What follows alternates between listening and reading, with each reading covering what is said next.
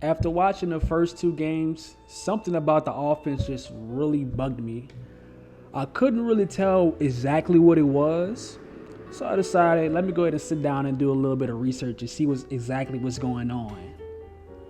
So I made a couple rotation charts, seeing exactly who he played at what minutes and what combination he played together. And before I go any further, I just want to let it be known that I think Van Gundy is a great coach. When you look at the circumstances of what he was handed, I believe we got our team together around the end of November. Had about a week and a half of training camp, 2 preseason games. So it's really hard to try to put a whole entire new system into place and have it ready that quick. So I think he's really focusing on one thing right now, and that's a great thing to focus on. That's defense. Since the season started, look, our defense has to be better.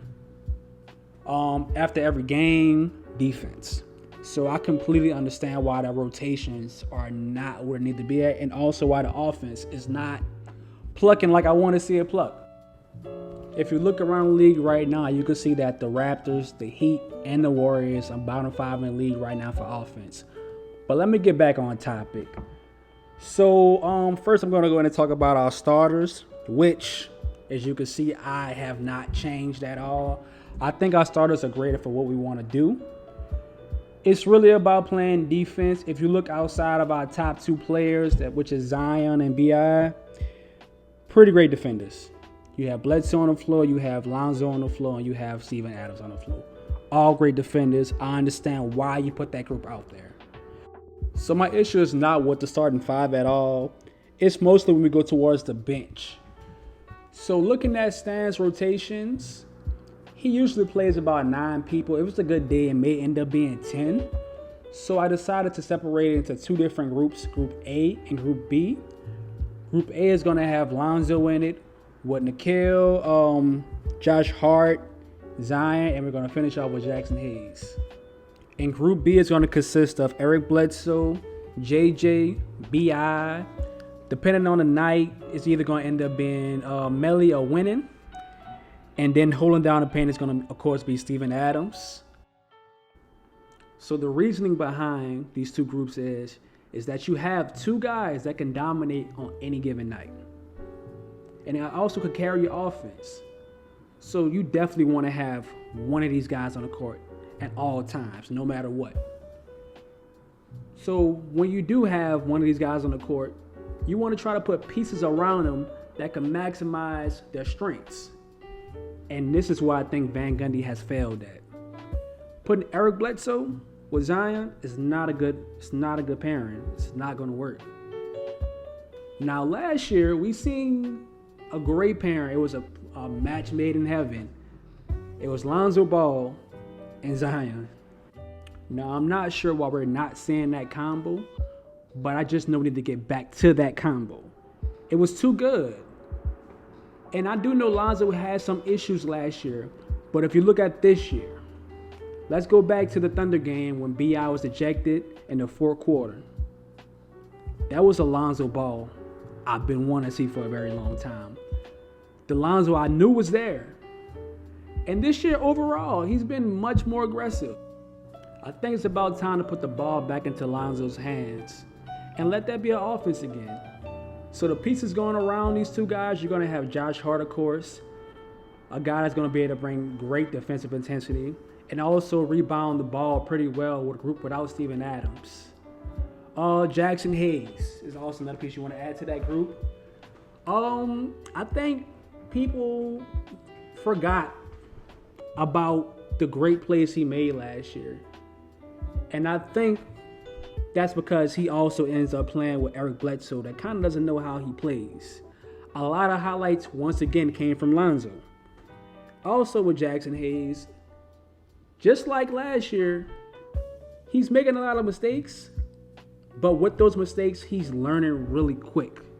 It's not mistakes that just keep on piling up. So I think if you have your best communicator out there and Lonzo Ball on defense, that can help him out a whole lot. And the last guy to round the group is going to be Nikhil, who has shown some great flashes this year. The main issue Van Gundy has with Nickel is his turnovers. But I'm more blame that on Van Gundy than Nickel because Nickel talked about how he wanted to be used. He did ask me when we met. Personally, I told him the two. It's kind of how I grew up playing. Playing with Shea, grew up at the two. Playing at Virginia Tech with Justin Robinson, I was mainly the two until he went down. I think that's where my versatility showed, where I could play a little bit of the one and can play the one. But I feel comfortable at both, but just knowing off of experience and years of going at it, I just felt like, for me personally, being heavy at the one, in terms of numbers this year, I thought it'd be easier for me to be a two, and kind of play off Zoe, play with Zoe. God's willing, if I'm able to work my way into the starting position to help the team. And that's why he's a two guard in my lineup. I think having him alongside Zoe can help stop a lot of those turnovers. And Zoe can also kind of maybe taper a lot of that aggressiveness and give him the ball in the right spot, so you can be aggressive. And that's going to round up this group right here. I like this group coming in first, just because you got a bunch of young guys. You don't lose a game in the first quarter or really the first half. So having some young guys that's able to run, give you some good minutes in the beginning of the game, so that way when you have your closer and BI coming in, you guys that really know how to play, they could be nice and rested, you know. JJ is a professional. He's going to be able to come off the bench second quarter, take some shots, third quarter, really warm up, come in early, and be able to close out for you. But the game's about to start, so I'm going to go ahead and end the video right now. There will be a part 2 talking about Group B with Eric Bledsoe, JJ Redick, BI. Let's go with Melly because I think winning is not going to be ready for at least another week or so. And Steven Adams. Let me know how y'all feel about the rotations in the comments. And if you feel like it, go ahead and subscribe. Hopefully today is going to be a good win against the Thunder. And see y'all next time.